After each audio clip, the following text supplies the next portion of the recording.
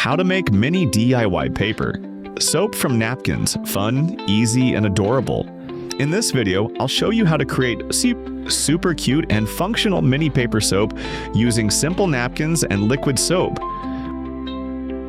We start by soaking paper napkins in a soap solution, like liquid hand soap or shower gel, letting them dry, and then decorating each piece with a colorful paper label.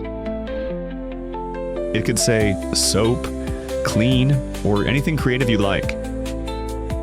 Once dry, these little sheets not only look adorable, but actually work just like real soap. How does it work? When you need to wash your hands, just tear off a piece, wet it, and it will lather up, because the napkin is fully soaked with soap. Perfect for travel, bags, or as a cute handmade gift idea.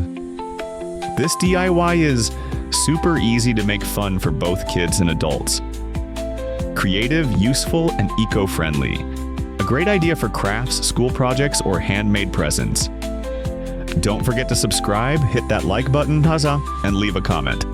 Let me know if you have tried this or what other DIYs you'd like to see.